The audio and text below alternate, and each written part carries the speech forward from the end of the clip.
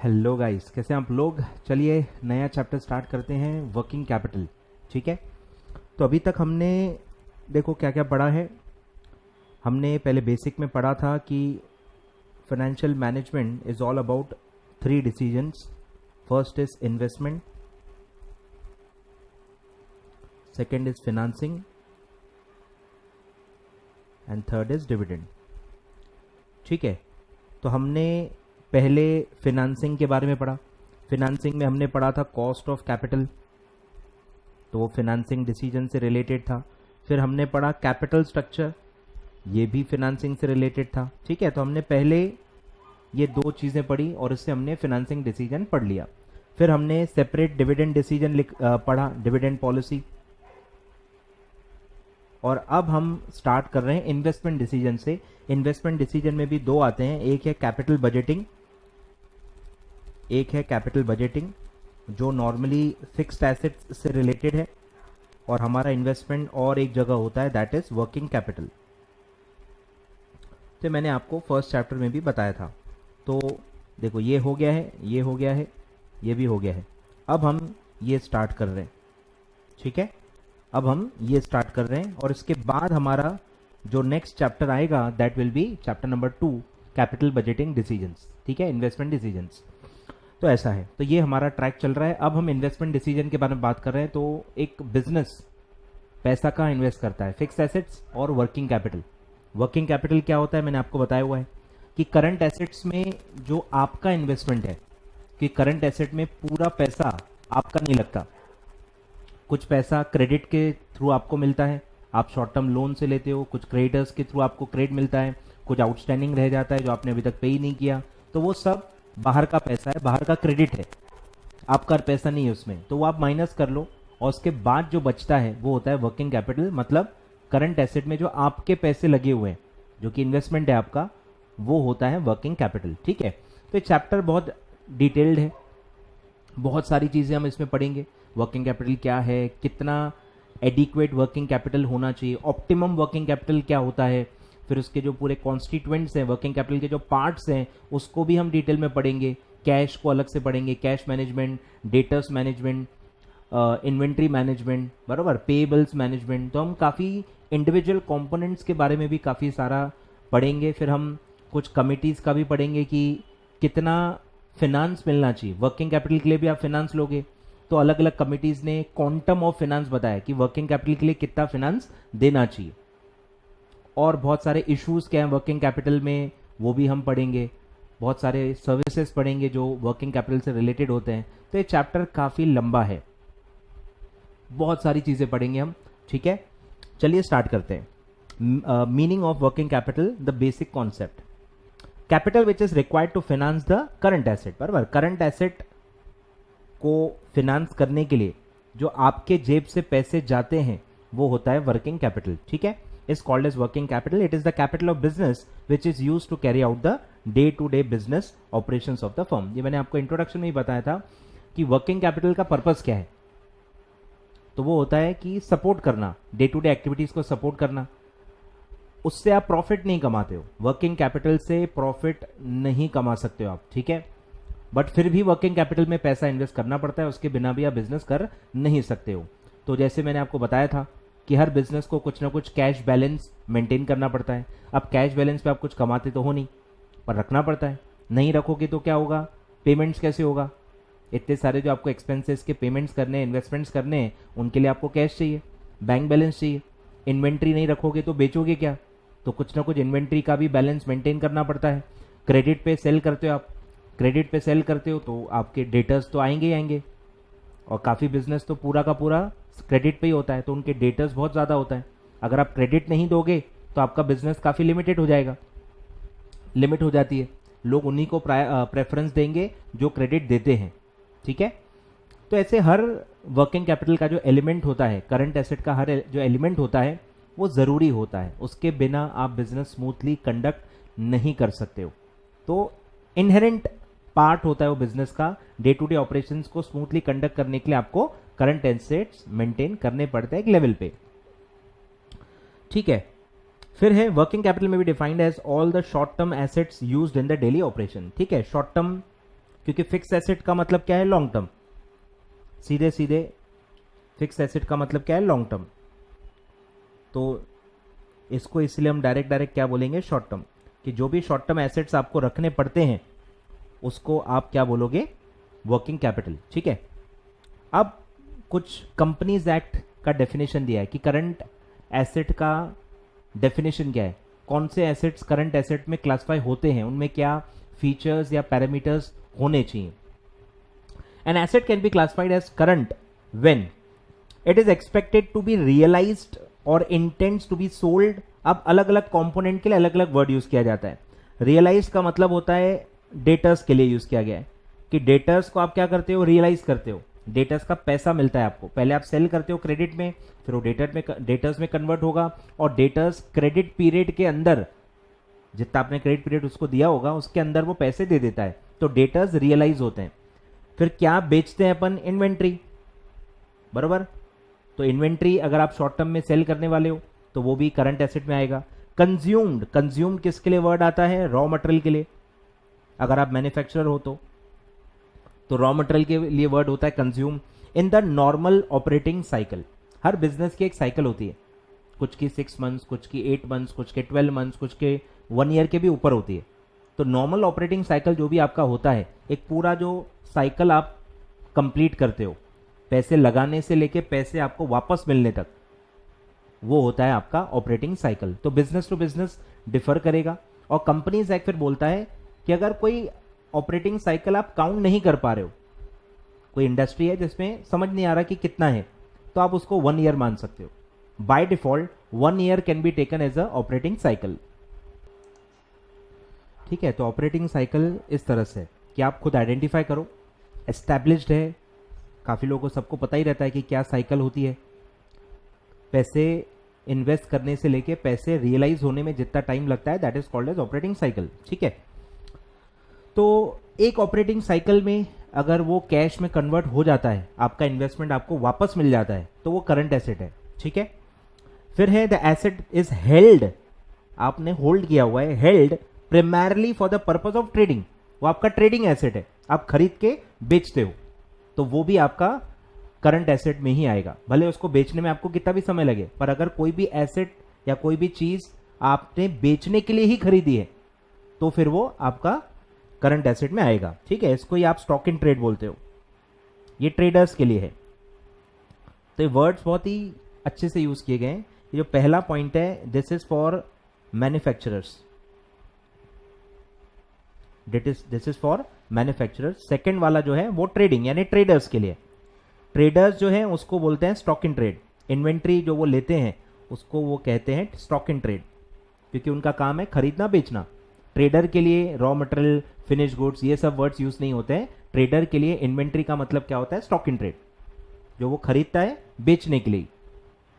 फिर है third, it is expected to be realised within 12 months. ठीक है। जो मैंने आपको बताया कि अगर आपका ऑपरेटिंग साइकिल आपको पता नहीं है तो आप 12 मंथ्स ले सकते हो। With in 12 months after the reporting period, यानी जो भी आपका 31 मार्च है, जो आप ईयर आपका मान रहे हो, उसके नेक्स्ट 12 मंथ्स के अंदर अगर वो रियलाइज होने वाला है कैश में, कन्वर्ट होने वाला है कैश में, तो वो आपके लिए करंट एसेट होगा।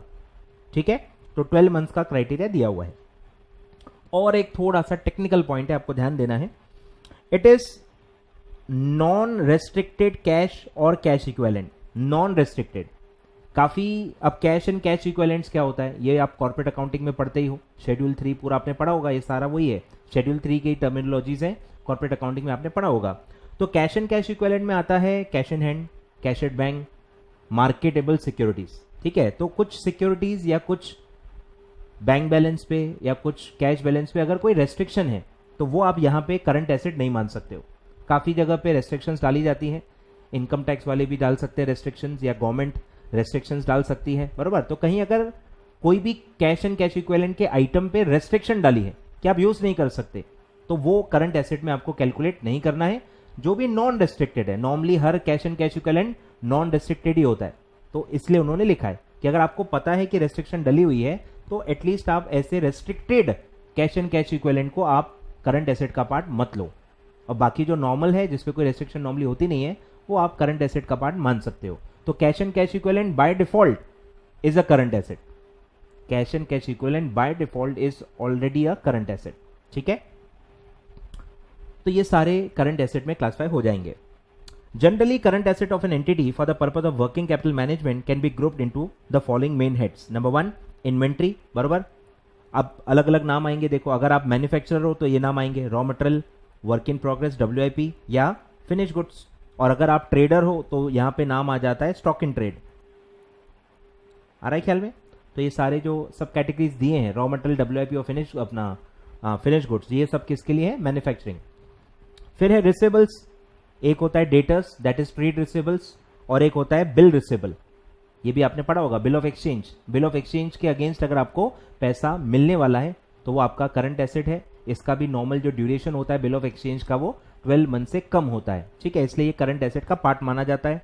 फिर है ऊपर जो अपन ने पढ़ा cash and cash equivalents, by default current asset का पार्ट है। Short term marketable security, cash in hand भी आता है, कैश एट बैंक भी आता है, और थर्ड आइटम होता है short term marketable security. Marketable securities क्या होता है? लिस्टेड सिक्योरिटी, जिनको आप इजीली क्विकली आप सेल कर सकते हो, कैश में कन्वर्ट कर सकते हो। और फोर्थ है प्रीपेड एक्सपेंसेस, ठीक है, ये भी आपको पता होगा कि कुछ एक्सपेंसेस आप प्रीपे कर देते हो, रेंट, इंश्योरेंस, ये सब आप प्रीपे कर लेते हो, तो ये they are also a part of current assets. तो ये 4 में आप क्लासिफाई करते हो। तो ये पूरा एक एलिमेंट हो गया करंट एसेट्स। आगे बढ़ते हैं, चलिए करंट लाइबिलिटी पढ़ते हैं। Liability is classified as current when number 1 it is expected to be settled, बराबर। लाइबिलिटीज क्या होती है? सेटल्ड, जैसे क्रेडिटर्स, एक्सपेंसेस, बराबर, in the normal operating cycle of the entity, बराबर। तो अगर नॉर्मल साइकिल में कोई भी लाइबिलिटी आपको पे करनी होती है, सेटल करना ही पड़ता है, उतना ही समय आपको दिया गया है सामने वाले ने, तो फिर वो करंट लाइबिलिटी में आएगा। फिर है liabilities held primarily for the purpose of trading, मतलब लोन लेना देना आपका रोज का काम है, या फिर जो ट्रेडिंग आप कर रहे हो उससे रिलेटेड वो लाइबिलिटी है, जैसे कि क्रेडिटर्स, बराबर। तो क्रेडिटर्स भी इसमें आ सकता है। तो ऐसे दो उसके मतलब निकल सकते हैं। तो लोन लेना देना रोज का काम है, शॉर्ट टर्म लोन्स आप लेते हो, फिर आप देते हो लोन्स, तो वो इसमें आ सकता है। फिर it is expected to be settled within 12 months. तो अगर आप नॉर्मल ऑपरेटिंग साइकिल निकाल नहीं पा रहे हो तो आपके लिए क्या क्राइटेरिया दिया गया है? 12 मंथ्स। तो आपको नेक्स्ट ईयर में, 12 मंथ्स मतलब 1 ईयर, तो नेक्स्ट ईयर में अगर कोई भी लाइबिलिटी आपको पे करनी है तो वो आपकी करंट लाइबिलिटी होगी, और नेक्स्ट ईयर के आगे कुछ पे करना है फिर वो लॉन्ग टर्म में आएगा, नॉन करंट बोलते हैं उसको, ठीक है। तो इसमें 3 ही क्राइटेरिया है कि नॉर्मल साइकिल में सेटल करना है, या 12 मंथ्स में सेटल करना है, या आपने उसको हेल्ड ही क्यों किया है? ट्रेडिंग के लिए। अब आगे बढ़ते हैं। Generally, current liabilities of an entity for the purpose of working capital management can be grouped into the following main heads. Number 1 payables, एक आता है ट्रेड पेबल और एक आता है बिल्स पेबल, ठीक है एक ही बिल ऑफ एक्सचेंज।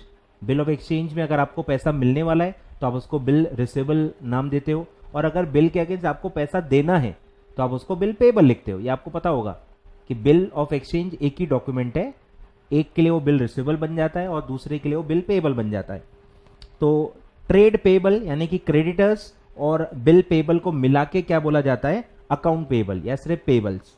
और सेकंड कैटेगरी है आउटस्टैंडिंग पेमेंट, जिसमें वेजेस, सैलरी या सारे एक्सपेंसेस जो भी आपके पेबल होते हैं ईयर एंड पे, उनको आप क्लासिफाई कर सकते हो आउटस्टैंडिंग पेमेंट्स में। अब ये बहुत नॉर्मल साइकिल है कि मार्च मंथ की सैलरी आप अप्रैल में पे करोगे, मार्च मंथ का रेंट आप अप्रैल में पे करोगे, मार्च मंथ का कोई और खर्चा होगा आपका तो वो भी आप नेक्स्ट मंथ में पे करोगे। तो ये नॉर्मल साइकिल है। तो 31 मार्च को मार्च मंथ के सारे एक्सपेंसेस लगभग पेबल दिखते हैं, उसी को आप क्या बोलते हो? आउटस्टैंडिंग पेमेंट्स, ठीक है। In general working capital management is essentially managing the current asset. Mainly आप करंट एसेट को ही मैनेज करते हो। करंट लाइबिलिटी को आप क्यों मैनेज करोगे? सोच के देखो, मैं लाइबिलिटीज को क्यों मैनेज करूं? मैं तो अपने एसेट को मैनेज करूंगा। मेरा पैसा कहां लगा हुआ है? एसेट में लगा हुआ है। लाइबिलिटी में मेरा पैसा थोड़ी लगा हुआ है, उसको मुझे फॉलो अप करने दो, मैं थोड़ी उससे फॉलो अप करूंगा। समझ में आ रहा है क्या? जो मेरे करंट लाइबिलिटी है वो सामने वाले की करंट एसेट है, तो वो अपने करंट एसेट मैनेज करेगा, मैं अपने करंट एसेट मैनेज करूंगा। कोई भी इंसान अपने लाइबिलिटीज मैनेज नहीं करता है, ठीक है। तो वर्किंग कैपिटल मैनेजमेंट का मतलब है करंट एसेट मैनेजमेंट। हम मैनेज सिर्फ एसेट्स को ही करते हैं जहां हमारा पैसा लगा हुआ है। लाइबिलिटीज को कोई नॉर्मली मैनेज नहीं करता है, वो सामने वाला फॉलोअप लेगा आपसे और आपको करवा लेगा पेमेंट्स, ठीक है। Management of working capital arises as a part of the process of such management, ठीक है। आगे बढ़ते हैं। Short term assets means cash money, ठीक है, कैश इन हैंड जिसको हम बोलते हैं, या cash at bank, bank balance बोलते हैं, तो कैश मनी। फिर है शॉर्ट टर्म सिक्योरिटीज जिसको आप कैश इक्विवेलेंट बोलते हो। फिर है इन्वेंट्री, बिल रिसेबल या वही नोट रिसेबल और डेटर्स एक्सेट्रा। ये सब आप पढ़ चुके हो, अकाउंट्स में भी आपने कॉर्पोरेट अकाउंटिंग में पढ़ा होगा। तो ये सब करंट एसेट का पार्ट होता है। In operating daily business fix assets are also needed in addition to the current asset. ये भी हम पढ़ेंगे कि सिर्फ करंट एसेट से काम नहीं होता है, और करंट एसेट इंडिपेंडेंट नहीं होते, उसका कहीं ना कहीं फिक्स एसेट से भी लेना देना होता है। अगर आप फिक्स एसेट बढ़ा रहे हो तो आपको साथ साथ में करंट एसेट भी बढ़ाना पड़ता है। जैसे अगर आप प्लांट कैपेसिटी बढ़ा रहे हो या आप एक और बिल्डिंग ले रहे हो फॉर फैक्ट्री पर्पसेस, तो आपको इन्वेंट्री भी तो ज्यादा रखनी पड़ेगी। अगर आपकी सेल बढ़ रही है, आप एक्सपांड कर रहे हो, आपका सेल बढ़ रहा है, तो आपका डेटर भी साथ साथ में बढ़ेगा। आपका कैश बैलेंस भी आपको ज्यादा रखना पड़ेगा, क्योंकि कमाई ज्यादा तो खर्चा भी ज्यादा, और खर्चे ज्यादा हैं तो आपको कैश बैलेंस भी ज्यादा मेंटेन करना पड़ेगा। तो हर एसेट प्रोपोर्शनेटली बढ़ते जाता है। तो अगर आप फिक्स एसेट को बढ़ा रहे हो तो at the same time you have to consider increasing the current asset as well, ठीक है। तो वो दिया है।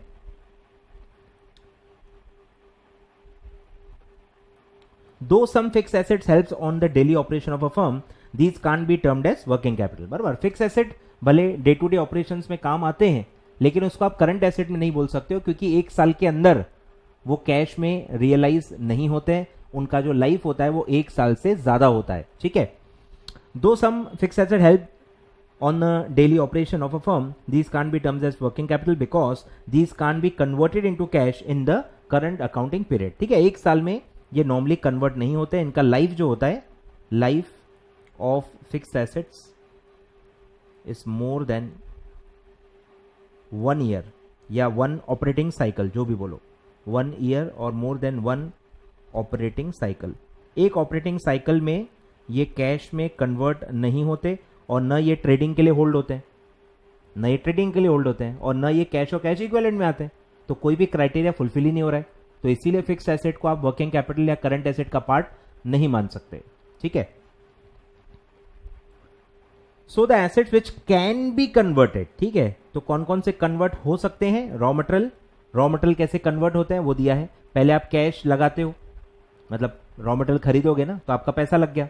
पूरा रॉ मटेरियल थोड़ी उधारी में मिलेगा, कुछ चलो थोड़ा उधारी का होगा, कुछ तो आपके पैसे लग गए होंगे, तो कुछ आप पैसे लगाओगे, फिर वो रॉ मटेरियल में कन्वर्ट होंगे। फिर रॉ मटेरियल को आप क्रेडिट में सेल करोगे, तो वो अच्छा पहले आप उसको मैन्युफैक्चर करोगे तो फिनिश गुड्स में कन्वर्ट होगा। ये ऑपरेटिंग साइकिल ही होता है, इसको आप ऑपरेटिंग साइकिल करके पढ़ोगे। तो पहले आप रॉ मटेरियल खरीदोगे, रॉ मटेरियल कन्वर्ट होगा WIP में, WIP कन्वर्ट होगा फिनिश गुड्स में, फिर आप उसको क्रेडिट में सेल करोगे तो वो डेटर्स में कन्वर्ट होगा। डेटर्स से अगर आपको बिल ऑफ एक्सचेंज मिल रहा है तो बिल रिसेबल में कन्वर्ट होगा, और फिर बिल रिसेबल से आपको क्या मिलेगा? कैश। और फिर वो कैश आप कहां डालोगे? रॉ मटेरियल में। तो यही होती है ऑपरेटिंग साइकिल,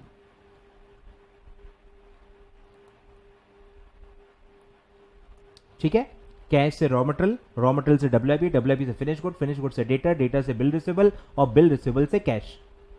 ये होता है पूरा ऑपरेटिंग साइकिल। आगे बढ़ते हैं। तो वो दिया है cash, raw material, finished goods, bill receivable, cash, and helps in operating daily business of the firm. It is called as working capital.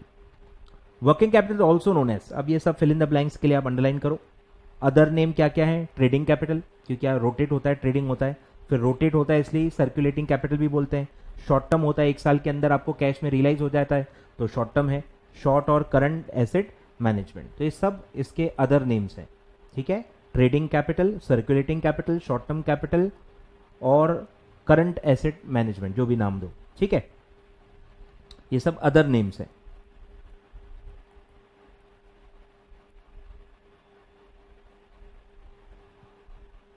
Highlight कर लो। आगे बढ़ते हैं। Working capital is defined keeping in view the varying objectives and purpose. To businessman working capital comprises of current asset, बराबर। Businessman के लिए क्या है, working capital is current asset. उसको ध्यान कहाँ देना है, करंट एसेट पे ही देना है, करंट लाइबिलिटी पे उसको ध्यान नहीं देना है। फिर है whereas for the accountant, creditor and analyst, यानी जो बाहर के लोग हैं उनके लिए वर्किंग कैपिटल का मतलब होता है, जो उसका फॉर्मूला है, difference of current asset and current liability. ये आप पढ़ चुके हो, working capital is equal to current asset minus current liability. तो ये एनालिस्ट के लिए होता है। बिजनेसमैन के लिए क्या है, सिर्फ करंट एसेट, उसको मैनेजमेंट के एंगल से देखना है, उसको इन्वेस्टमेंट के एंगल से देखना है। तो बिजनेसमैन का जो पैसा है वो सिर्फ करंट एसेट में ही लगता है, करंट लाइबिलिटी में उसका पैसा नहीं लगता है, उसको मैनेज करने की भी जरूरत होती नहीं है, इसलिए वो इग्नोर करता है। लेकिन जो बाहर के लोग हैं, जब वो चीज़ों को एनालाइज करेंगे, लिक्विडिटी को एनालाइज करेंगे, आपकी स्ट्रेंथ को एनालाइज करेंगे, तब वो वर्किंग कैपिटल को देखते हैं, यानी current asset minus current liabilities को वो देखते हैं और उसका एनालिसिस करते हैं। This is also called as net working capital. Net क्योंकि माइनस किया गया है, ठीक है, तो यही है net working capital. Current asset minus current liability को ही क्या बोलते हैं, net working capital. This is operative aspects of working capital, that is current asset, which is also known as fund employed in the business from the gross working capital। ठीक है, current liabilities को अगर आप minus कर दो current asset से तो वो आता है नेट वर्किंग कैपिटल। और सिर्फ करंट एसेट को ही क्या बोला जाता है, ग्रॉस वर्किंग कैपिटल। ठीक है, एक और नाम है, ग्रॉस वर्किंग कैपिटल का मतलब है करंट एसेट्स, और अगर उसमें से करंट लाइबिलिटी माइनस कर दें तो आता है net working capital. Current asset comprise, same repeat हो रहा है, cash, receivables, inventories, marketable securities held as short term investment and other near cash and cash equivalent to cash. तो ये सब करंट एसेट की लिस्ट है, करंट एसेट की list है, लिख लो, या आप अकाउंट्स में तो बहुत बार पढ़ चुके होंगे।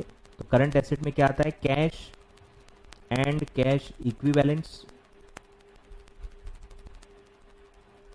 फिर आएगा इन्वेंट्री, उसके अंदर भी अगर आप मैन्युफैक्चरर हो तो raw material, WIP finish goods, फिर है रिसीवेबल्स, डेटर्स और बिल रिसीवेबल आता है इसमें, डेटर प्लस बिल रिसीवेबल, फिर आएगा प्रीपेड एक्सपेंस। ठीक है, ये सब आता है, आपको पता है। आगे बढ़ते हैं। This is also known as going concern concept of working capital, कि हर वक्त वर्किंग कैपिटल रहता ही रहता है। ऐसा एक भी पॉइंट नहीं आएगा आपके बिजनेस लाइफ में जब आपका वर्किंग कैपिटल जीरो हो जाए, रख ही नहीं सकते आप, नहीं तो आपका गोइंग कंसर्न होगा ही नहीं ना। अगर एक बिजनेस गोइंग कंसर्न है, लॉन्ग टर्म है, तो फिर आप क्यों वर्किंग कैपिटल नहीं रखोगे। आपका बिजनेस बंद करने का इरादा ही नहीं है, आपको लॉन्ग टर्म बिजनेस चलाना है, तो हर वक्त आपको वर्किंग कैपिटल यानी कि करंट एसेट मेंटेन करने पड़ते हैं। ठीक है, आगे बढ़ते हैं। तो ये पूरा इंट्रोडक्शन था, ठीक है, इंट्रोडक्शन था। अब है काफी इंपॉर्टेंट एस्पेक्ट है, ध्यान देना है आपको, सिग्निफिकेंस ऑफ वर्किंग कैपिटल, कि एक बिजनेस में वर्किंग कैपिटल क्या अहमियत रखता है, कैसे आप उसको मेंटेन रखते हो, कितना मेंटेन रखना है, और एक एक एलिमेंट का फर्क क्या पड़ता है। अगर आप नहीं रखोगे तो क्या होगा, यही सब हमको समझना है। यही होता है सिग्निफिकेंस ऑफ वर्किंग कैपिटल। चलिए स्टार्ट करते हैं। Importance of adequate working capital. ठीक है, एडिक्वेट, क्योंकि एक सर्कुलेटिंग कंसेप्ट है, ये एक रोटेटिंग कंसेप्ट है, ये एक साइक्लिक कंसेप्ट है, तो पता ही नहीं चलता कि कितना वर्किंग कैपिटल रखें, क्योंकि कम भी नहीं रख सकते, ज्यादा भी नहीं रख सकते। यही हम इसमें पढ़ने वाले हैं कि कम रखेंगे तो क्या इशू होगा, ज्यादा रखेंगे जरूरत से तो फिर क्या होता है, और ये क्यों एक कंटिन्यूस कॉन्सेप्ट है, कंटिन्यूस रिक्वायरमेंट होती है कि आपको हर वक्त according to your fixed assets, according to your sales, आपको जज करना पड़ता है कि आपका रिक्वायरमेंट कितना है। Management of working capital is an essential task of finance manager. ठीक है, फाइनेंस मैनेजर का एक काम है ये जज करना कि कितना वर्किंग कैपिटल रिक्वायर्ड है और उसको कंटिन्यूसली मैनेज करना। He has to ensure that the amount of working capital available with his concern is neither too large nor too small, न कम न ज्यादा, जितना जरूरत है उतना ही होना चाहिए for its requirement. A large amount of working capital, अब देखो ज्यादा रखा तो क्या होगा, large amount of working capital would mean that the company has idle funds.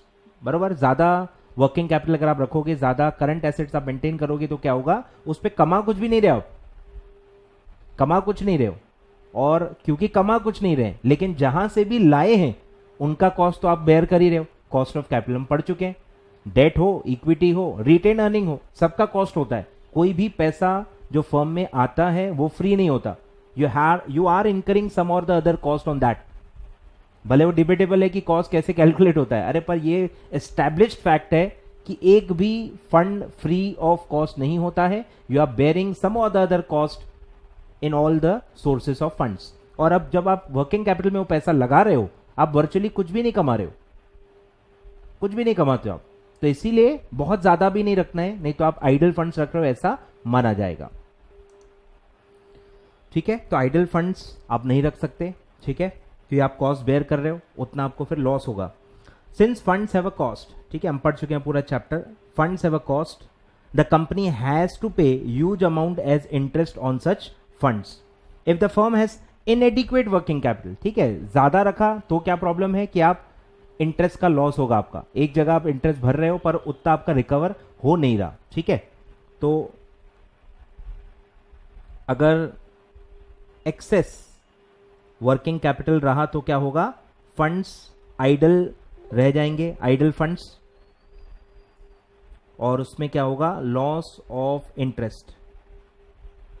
और अगर डेफिसिट है, अगर आपने कम वर्किंग कैपिटल रखा तो भी प्रॉब्लम होगी।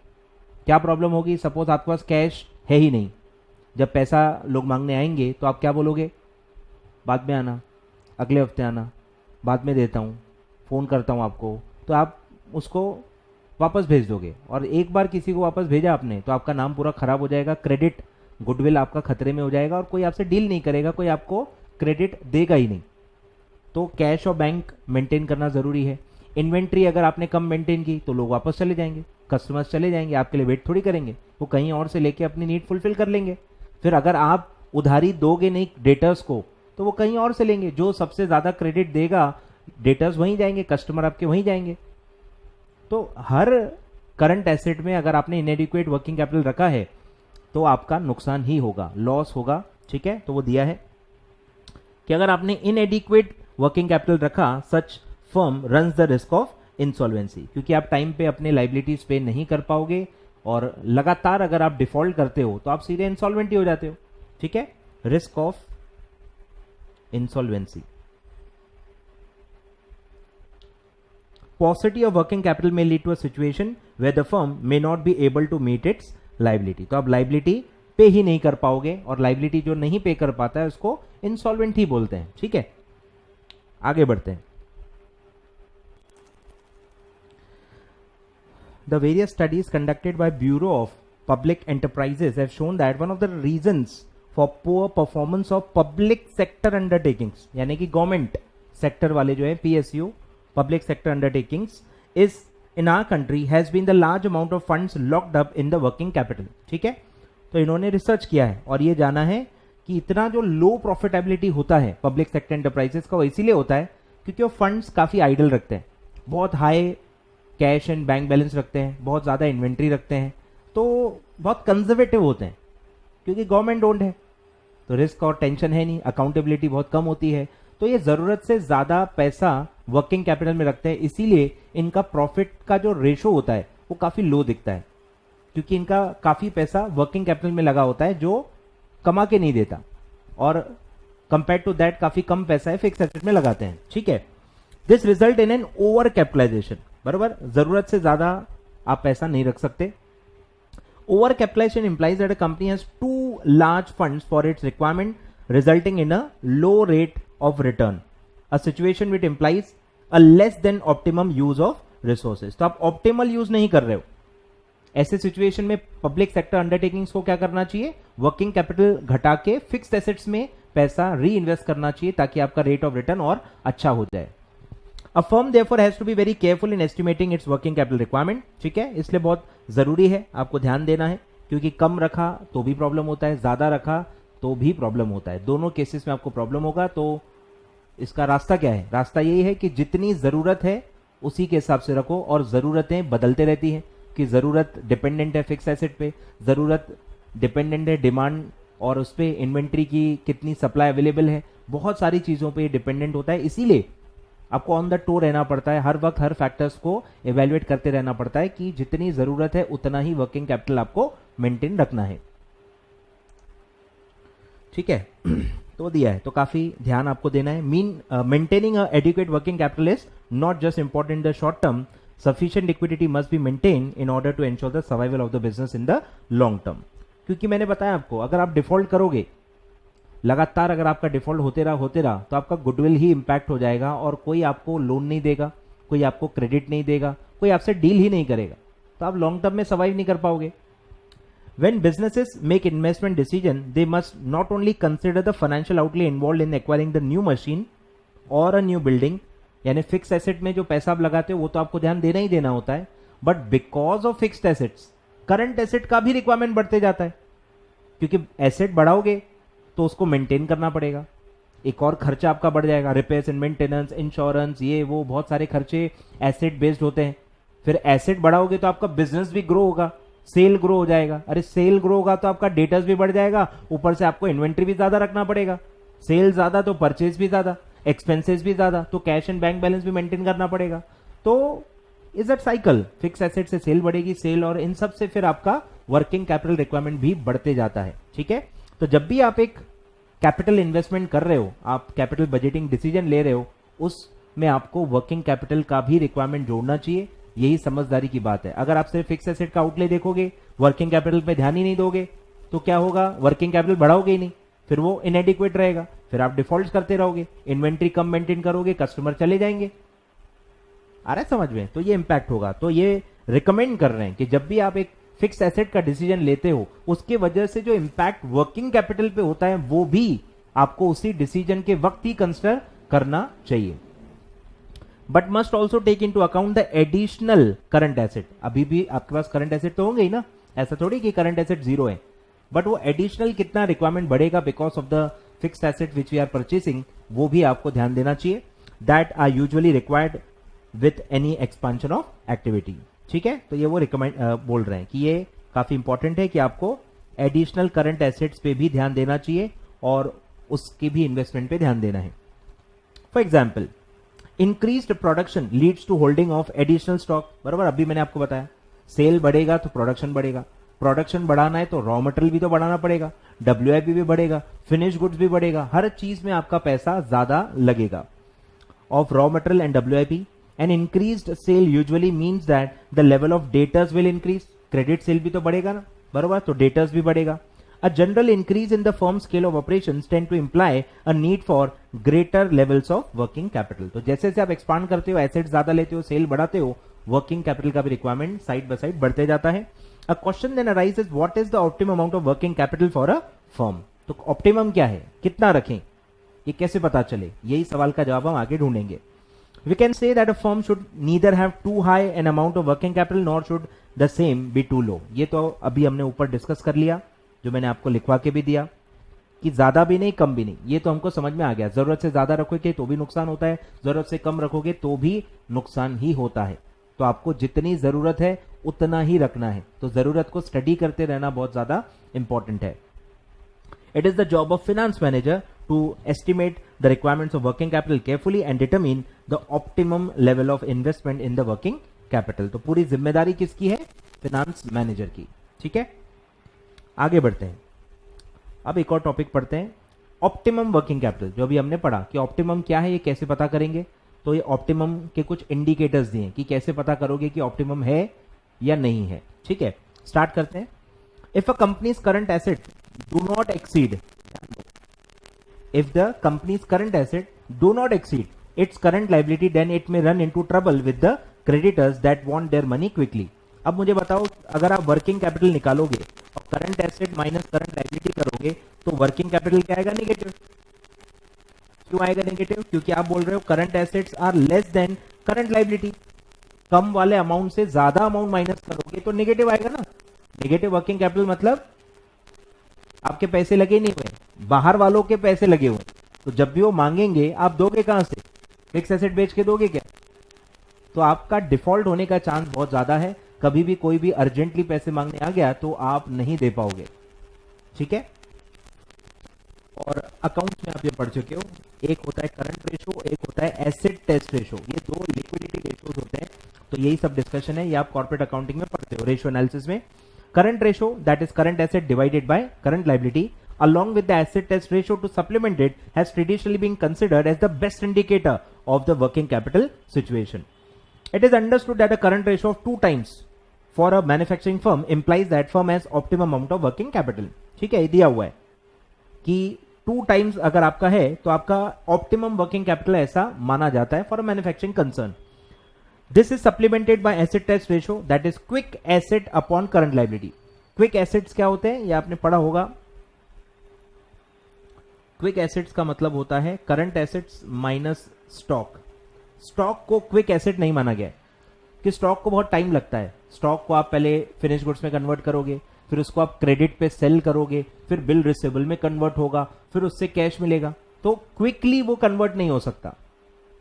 क्रेडिट सेल अज्यूम किया जा रहा है, कैश सेल हो तो स्टॉक डायरेक्ट कैश में भी कन्वर्ट हो जाता है, बट टिपिकल अजम्पशन लिया गया है कि क्रेडिट सेल ज्यादा होते हैं। तो क्रेडिट सेल के मामले में अगर देखा जाए तो stock will take more time to get converted into cash, तो इसलिए उसको लिक्विड नहीं माना गया इन जनरल। तो ये होता है quick assets, current assets minus stock, तो वो दिया है which should be at least one time होना चाहिए। मतलब at least quick assets should be equal to और मोर देन और इक्वल टू, ग्रेटर देन और इक्वल टू करंट लायबिलिटी, तब आपका रेशो आता है 1 या मोर देन 1। ठीक है, तो ये उन्होंने बोला है कि quick asset at least current liability जितने तो होने चाहिए, उससे ज्यादा रहे तो अच्छा है। तो जब ये एग्जैक्टली दोनों इक्वल होंगे तो रेशो 1 आएगा। ठीक है, तो करंट रेशो 2 टाइम्स होना चाहिए, यानी current asset should be 2 times of current liabilities and quick asset should be at least equal to current liability. ठीक है, तो ये कंफर्टेबल है, ऐसा माना जाएगा। ठीक है, तो करंट रेशो 2, क्विक रेशो 1, ये इंडिकेटर्स हैं for adequate working capital. Thus, it is considered that there is a comfortable liquidity position if the liquid current assets मतलब वही quick assets are equal to the current liability. Equal भी है अगर quick assets तो भी चलता है, तो भी कंफर्टेबल पोजीशन है, डिफॉल्ट होने के चांसेस काफी कम माने जाते हैं।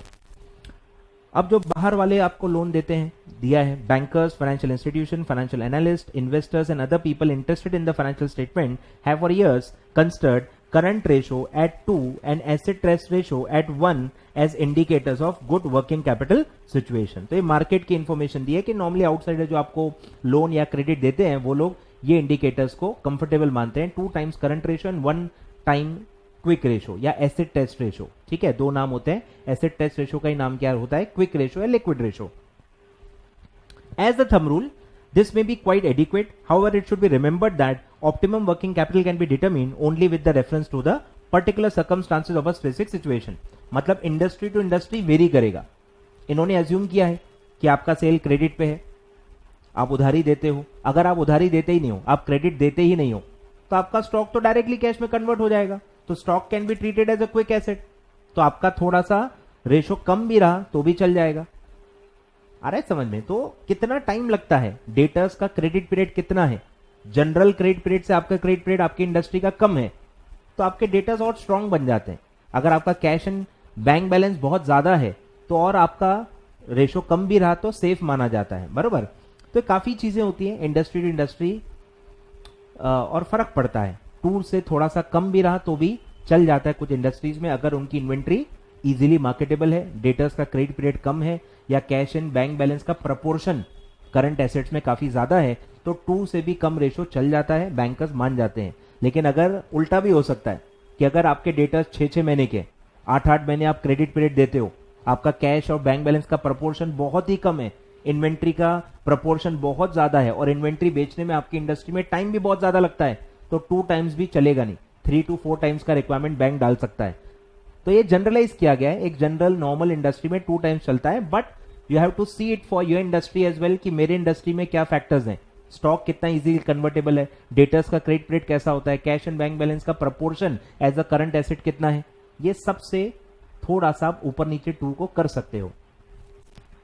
आगे बढ़ते हैं।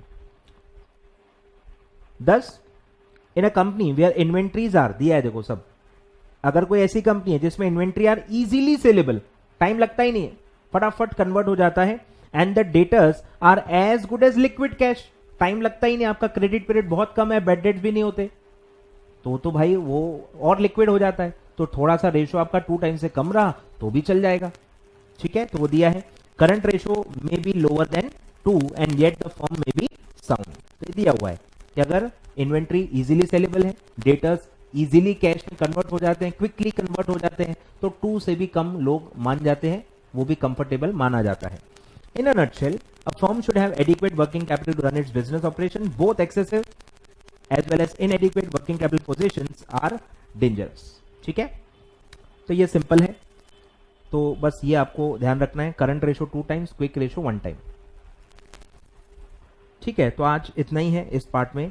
नेक्स्ट पार्ट में हम यहां से कंटिन्यू करेंगे क्योंकि ये काफी लंबा टॉपिक है, अभी नहीं हो पाएगा। ठीक है, चलो, तो नेक्स्ट पार्ट में हम यहां से कंटिन्यू करेंगे टाइप्स ऑफ वर्किंग कैपिटल, कितने अलग अलग टाइप के वर्किंग कैपिटल्स होते हैं, यहां से अपन नेक्स्ट पार्ट में कंटिन्यू करेंगे।